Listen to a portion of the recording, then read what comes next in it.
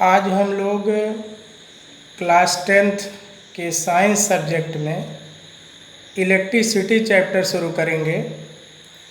तो इस इलेक्ट्रिसिटी में जो सबसे पहला टॉपिक हम लोगों को सीखना है वह है इलेक्ट्रिक करंट एंड सर्किट।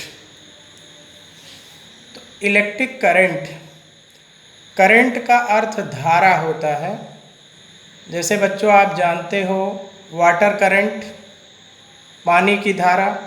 तो वाटर करंट नदी में बहता हुआ आप देखे होंगे, किसी पाइप में बहता हुआ पानी की धारा देखे होंगे। उसी तरह से इलेक्ट्रिक करंट है। तो इलेक्ट्रिक करंट को सामान्य रूप से आप समझ सकते हैं कि the flow of the charge in a conductor is called electric current. तो इसमें दो तीन शब्द महत्वपूर्ण आपके सामने आ रहे हैं। पहला तो चार्ज, दूसरा कंडक्टर।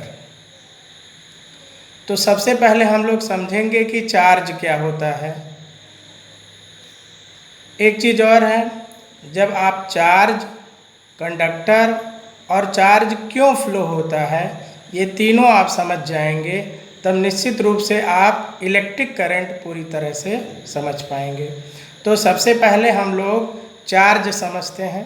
बच्चों आप जानते हैं कि आपके आसपास जितने सबस्टेंस होते हैं वह सबस्टेंस तीन फॉर्म में आप देखते हैं अपने सराउंडिंग में, सॉलिड स्टेट में, लिक्विड स्टेट में और गैसियस स्टेट में।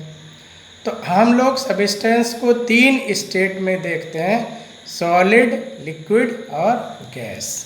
तीन स्टेट में हम लोग देखते हैं। अब सॉलिड में मॉलिक्यूल्स क्लोजली पैक होते हैं, लिक्विड में मॉलिक्यूल्स के बीच का सेपरेशन अधिक होता है और गैस में मॉलिक्यूल्स सॉलिड और लिक्विड के कंपेयर में अधिक दूर दूर पर होते हैं, उनमें अट्रैक्शन फोर्स मिनिमम होता है। अब हम लोग समझते हैं कि कोई भी सबस्टेंस किससे मिलके बनता है, मॉलिक्यूल से मिलके बनता है। मॉलिक्यूल किससे बनता है, एटम्स से बनता है। एक एटम या कई तरह के एटम से मिलके बनता है। एक मॉलिक्यूल में एक एलिमेंट के एटम हो सकते हैं या एक से अधिक एलिमेंट के भी एटम हो सकते हैं। जैसे बच्चों ऑक्सीजन मॉलिक्यूल को आप देखेंगे तो उसमें ऑक्सीजन के दो एटम होते हैं।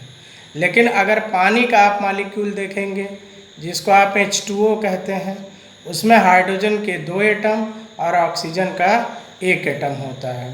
तो इस तरह से एक या एक से अधिक एटम मिल करके मॉलिक्यूल बनाते हैं और मॉलिक्यूल ही सबस्टेंस बनता है। और सबस्टेंस के हम तीन फॉर्म अपने सराउंडिंग में देखते हैं, सॉलिड, लिक्विड और गैस।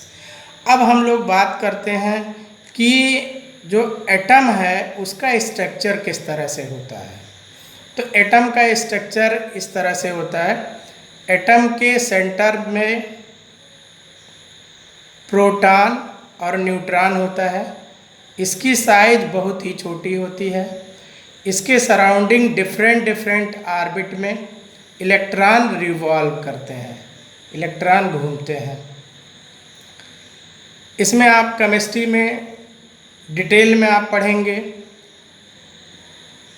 2n² के अकॉर्डिंग पहले ऑर्बिट में 2 इलेक्ट्रॉन, दूसरे में 8। इस तरह से आप नंबर ऑफ इलेक्ट्रॉन्स किस तरह से डिस्ट्रीब्यूट होते हैं पढ़ते हैं। ये न्यूक्लियस का आपको डायग्राम दिखाया गया कि न्यूक्लियस में प्रोटॉन होता है और न्यूट्रॉन होता है। तो बच्चों प्रोटॉन पर पॉजिटिव चार्ज होता है, ये बाय नेचर होता है। न्यूट्रॉन पे पॉजिटिव चार्ज होता है और जो इलेक्ट्रॉन इस न्यूक्लियस के चारों ओर रिवॉल्व करते हैं, इसमें इलेक्ट्रॉन पर नेगेटिव चार्ज होता है। इन जनरल किसी भी एटम में जितने नंबर ऑफ प्रोटॉन्स होते हैं उतने नंबर ऑफ इलेक्ट्रॉन्स होते हैं। अब आप बच्चों ध्यान दीजिएगा, अगर प्रोटॉन किसी भी न्यूक्लियस एटम में 5 है तो +5 लिख लीजिए और इलेक्ट्रॉन्स भी 5 होगा तो -5 लिखिए। इसको मैथमेटिकली ऐड करिए तो 0 होगा। यानी इन जनरल कोई भी एटम के ऊपर कोई चार्ज हमें महसूस नहीं होता है, न्यूट्रल होता है एटम। लेकिन जब किसी सबस्टेंस के कुछ एटम्स से उसके मोस्ट आउटर ऑर्बिट, यहाँ पर वर्ड यूज हो रहा है मोस्ट आउटर ऑर्बिट। देखिए ये इसकी पहली ऑर्बिट है, ये दूसरी है, तीसरी है।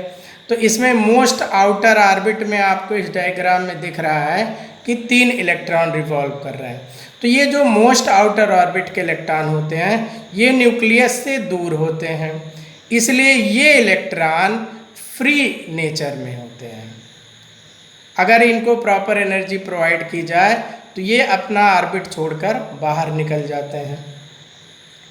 अब बच्चों ध्यान दीजिएगा कि आप ये ज़रूर देखे होंगे कि अगर अपने सूखे बाल में आप कंघी या पेन को रगड़ते हैं तो कंघी बाल को अट्रैक्ट करता है, पेन कागज़ के छोटे छोटे टुकड़ों को अट्रैक्ट करता है। यह अट्रैक्शन क्यों प्रोड्यूस होता है? Due to transfer of the free electrons. ये जो आउटर ऑर्बिट के इलेक्ट्रॉन होते हैं वही एक जगह से दूसरे जगह निकल के चले जाते हैं। तो अब ये देखिए एक हम लोग एग्जाम्पल लेते हैं, सिंपल एग्जाम्पल जिससे आप समझ सकते हैं। ये एक सबस्टेंस है ए और दूसरा है बी। अगर ए को बी के साथ रगड़ा गया, सपोज करिए ए में प्रोटॉन है 10, इलेक्ट्रॉन है 10, तो +10 -10 ऐड करिए 0 होगा, मतलब ये न्यूट्रल बिहेवियर में है। इसमें सपोज करिए प्रोटॉन है 15, इलेक्ट्रॉन है 15 -15, तो ये भी ऐड करिए 0, ये भी न्यूट्रल है। सपोज करिए ए सबस्टेंस से 3 इलेक्ट्रॉन्स निकलकर बी पे ट्रांसफर हो गए। तो अब इसमें कंडीशन देखिएगा, इसमें पहले 10 इलेक्ट्रॉन थे, अब इसमें से 3 लेस कर दीजिए, तो अब इसमें 7 इलेक्ट्रॉन्स हो गए। प्रोटॉन चूँकि न्यूक्लियस में होता है इसलिए हम प्रोटॉन को नहीं निकाल सकते हैं। अगर आप प्रोटॉन निकालेंगे किसी एटम से तो उस एटम का नेचर चेंज हो जाएगा, वह दूसरे एलिमेंट में कन्वर्ट हो जाएगा। तो बच्चों 10 इलेक्ट्रॉन था, 3 इस पे ट्रांसफ़र हो गया, अब बचा 7 इलेक्ट्रॉन। तो +10 और -7 कितना हो गया? +3 हो गया।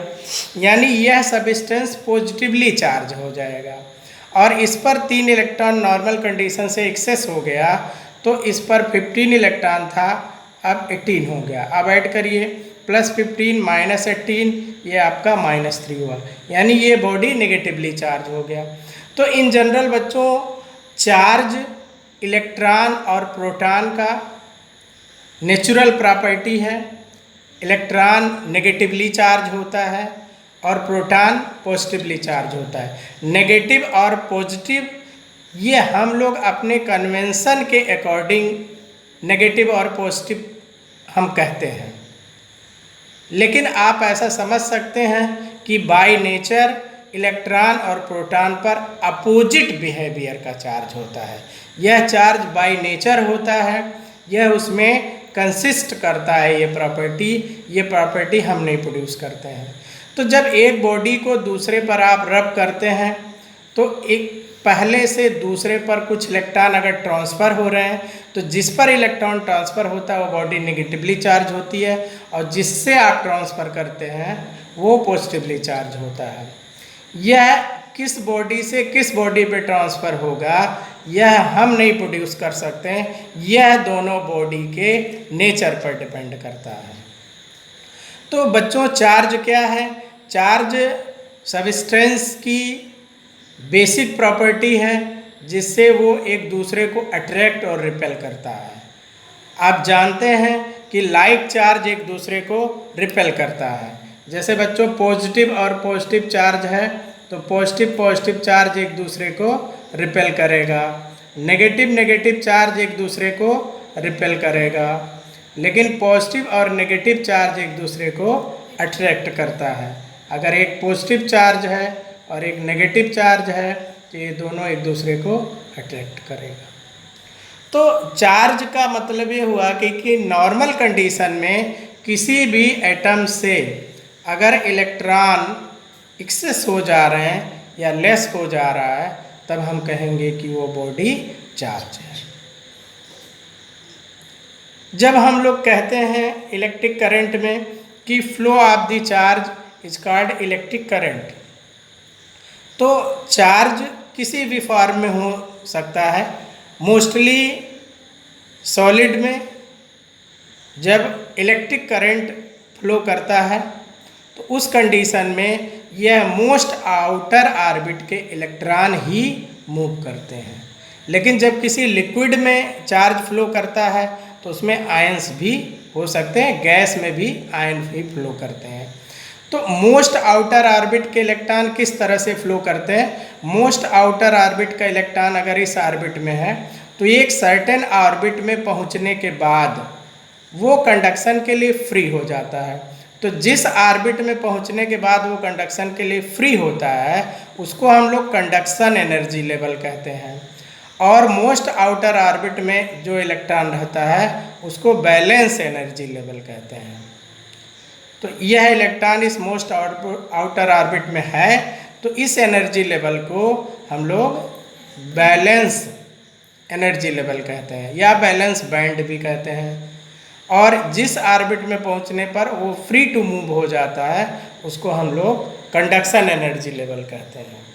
तो इस तरह से आप चार्ज समझ चुके होंगे कि चार्ज हम किस तरह से प्रोड्यूस कर सकते हैं। अब हम लोग बात करते हैं सबस्टेंस का। बच्चों, सबस्टेंस तीन तरह के होते हैं: कंडक्टर्स, सेमीकंडक्टर, इंसुलेटर। कंडक्टर ऐसे मटेरियल होते हैं जिसमें फ्री इलेक्ट्रॉन्स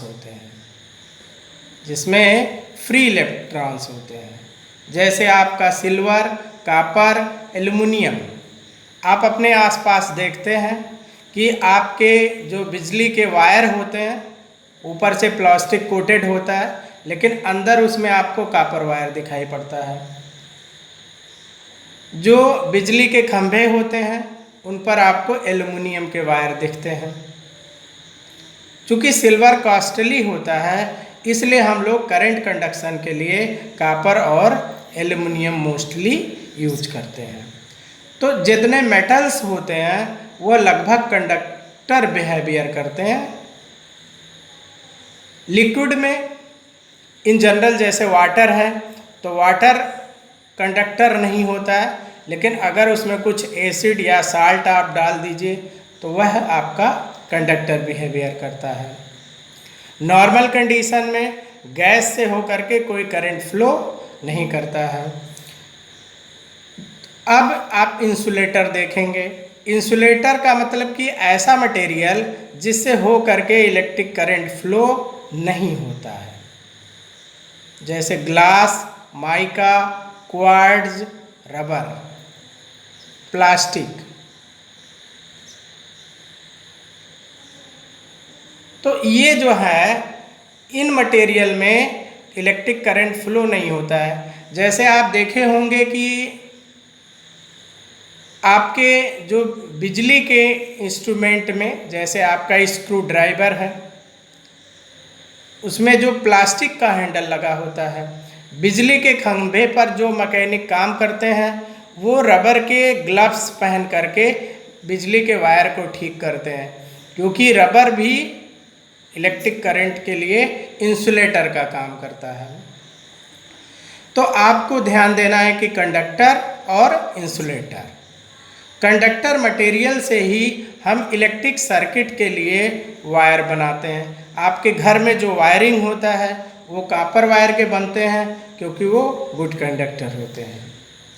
और जहाँ हमें इलेक्ट्रिक करंट से बचना होता है वहाँ पर हम लोग इंसुलेटर यूज करते हैं। जैसे आपके बिजली के बोर्ड के स्विच हैं, वायर के ऊपर प्लास्टिक कोटिंग किया जाता है, क्योंकि वह सब इंसुलेटर है।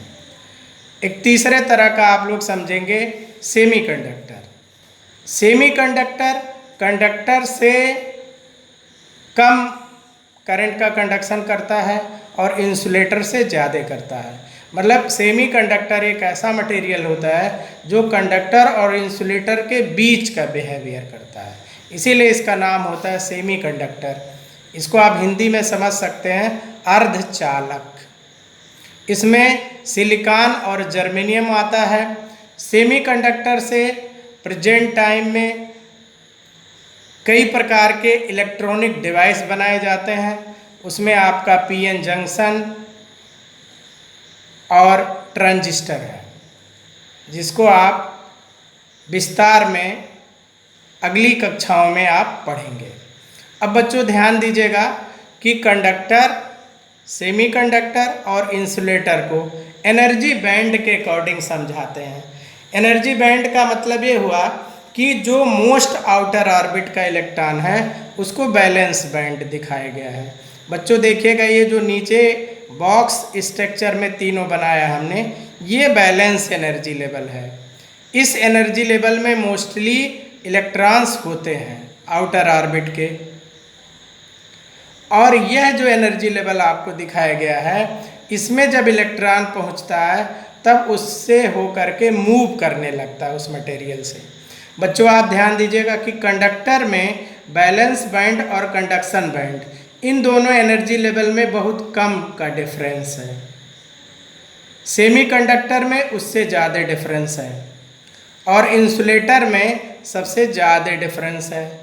इसीलिए जो इंसुलेटर मटेरियल होता है उसमें इलेक्ट्रिक करंट फ्लो नहीं होता है, क्योंकि यह एनर्जी गैप अधिक होता है।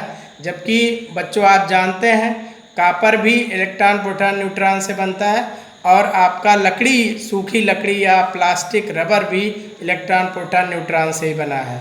लेकिन रबर या प्लास्टिक में करंट फ्लो नहीं होता है, क्योंकि उसमें मोस्ट आउटर ऑर्बिट के इलेक्ट्रॉन्स का एनर्जी लेवल और कंडक्शन एनर्जी लेवल में गैप अधिक होता है।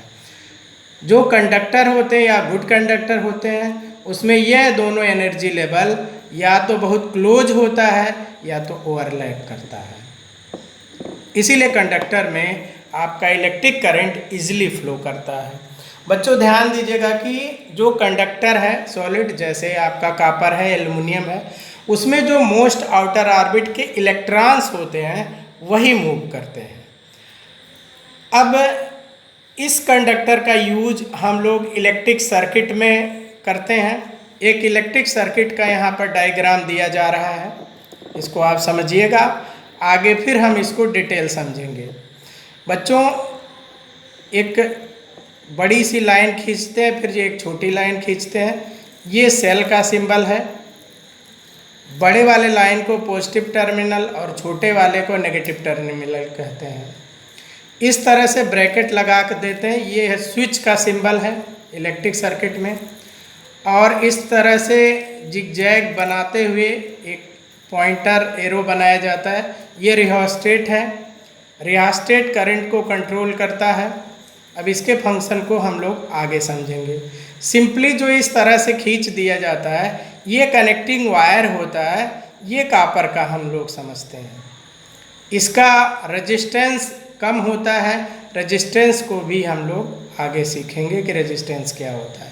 और यहाँ पर ये रेजिस्टेंस शो किया गया है, ये कोई ऐसा इंस्ट्रूमेंट हो सकता है जैसे बल्ब है, टेलीविज़न है, फ्रिज है, या कोई डिवाइस है जो इलेक्ट्रिक एनर्जी का कंजम्पशन करेगा।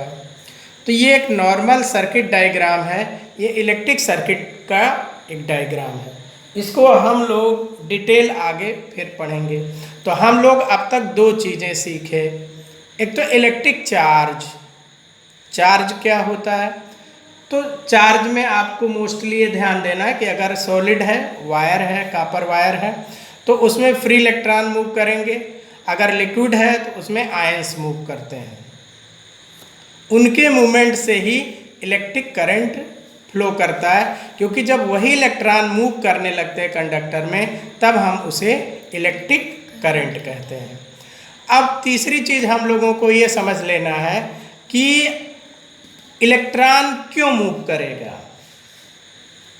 कोई भी बॉडी या कोई भी सब्सटेंस पार्टिकल, अगर हम उसको एनर्जी नहीं देंगे तो वह मूव नहीं करेगा। जैसे नॉर्मल कंडीशन में वायर है कॉपर का, उसमें फ्री इलेक्ट्रॉन्स है, लेकिन तब तक वह मूव नहीं करता है जब तक हम उसमें एनर्जी प्रोड्यूस नहीं करते हैं। तो एनर्जी कौन देगा? एनर्जी आपका देता है इलेक्ट्रिक सेल। इलेक्ट्रिक सेल अपने आसपास आप देखे होंगे। सेल हम लोग टॉर्च में यूज करते हैं, आप वॉच में, घड़ी में भी सेल लगता है। तो हम लोग कई डिवाइस, डोर बेल है, उसमें भी आप सेल यूज करते हैं। आपके टीवी का रिमोट है, उसमें भी आप सेल यूज करते हैं। तो सेल क्या होता है? An electric cell is a source of electrical energy. हम लोग यह गलत समझ बैठते हैं, हम लोग यह समझते हैं कि सेल इलेक्ट्रिक करंट का सोर्स है। सेल इलेक्ट्रिक करंट का सोर्स नहीं है बच्चों, फिर आप ध्यान दीजिएगा। करंट है फ्लो ऑफ चार्ज। अब चार्ज को अभी थोड़े देर के लिए मॉडिफाई करके इलेक्ट्रॉन समझेंगे। तो इलेक्ट्रिक करंट क्या है? Flow of electrons. तो इलेक्ट्रॉन तो वायर में ऑलरेडी है, तो इलेक्ट्रॉन तो आप जनरेट नहीं कर रहे हैं, आप केवल एनर्जी देते हैं, तब वह इलेक्ट्रॉन्स मूव करने लगते हैं। तो जो इलेक्ट्रिक सेल होता है उसमें क्या होता है? उसमें केमिकल एनर्जी इलेक्ट्रिकल एनर्जी में कन्वर्ट होती है। केमिकल एनर्जी इलेक्ट्रिकल एनर्जी में कन्वर्ट होती है। सेल का डिटेल कंस्ट्रक्शन हम लोग आगे बढ़ेंगे, यहाँ आपको जनरल समझा रहे हैं। सेल में दो प्लेट होता है, एक पॉजिटिव बिहेव करता है, एक नेगेटिव बिहेव करता है, और इसमें केमिकल आप भरते हैं। तो इसमें इस केमिकल में एक रिएक्शन होता है, और उस रिएक्शन के बाद एक सेल पर पॉजिटिव चार्ज डिपॉजिट होता है, और एक प्लेट पर पॉजिटिव चार्ज डिपॉजिट होता है, और दूसरे प्लेट पर नेगेटिव चार्ज डिपॉजिट होता है। तो जिस प्लेट पर पॉजिटिव चार्ज डिपॉजिट होता है, हम लोग फिजिक्स के लैंग्वेज में कहते हैं कि उसका पोटेंशियल ज़्यादा है। तो इसमें होता क्या है कि केमिकल एनर्जी इलेक्ट्रिकल एनर्जी में चेंज होता है। एक सिंपल सेल आप देखे होंगे जो आप यूज करते हैं आप अपने रिमोट में, इसको हम लोग ड्राई सेल कहते हैं। ड्राई सेल में यह एक सिलिंड्रिकल वेसल होता है।